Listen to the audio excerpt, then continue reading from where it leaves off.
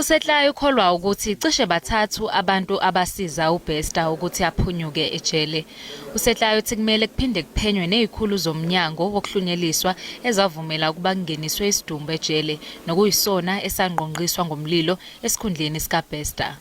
If I look at the setup, and I know the setup, he has been helped. There's no way that the person who's working in that unit, a person can come in the cell without his knowledge. Usetlayo uthi uBester wayengekakwazi ukulihlela yedwa ithulo lokweqa ejele lalolu hlobo. Money plays a very important role in prison, especially if they know that you struggle, you are vulnerable to corruption in prison. So if you know that you don't handle your money correctly, you must know that they are going to help you to be corrupt, and they are going to corrupt you. Sekuxoshwe ilunga lenyunyana yamaphoyisa okwakuyilona elalisebenza ukubheka amakhamera ngosuku uBester eqangalo ejele.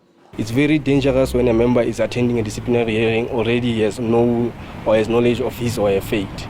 So hence we're calling upon the termination that these people do not have the interest of our people at heart, and then they have disregarded the laws and they continue to disregard and pose a threat to our constitutional democracy at large.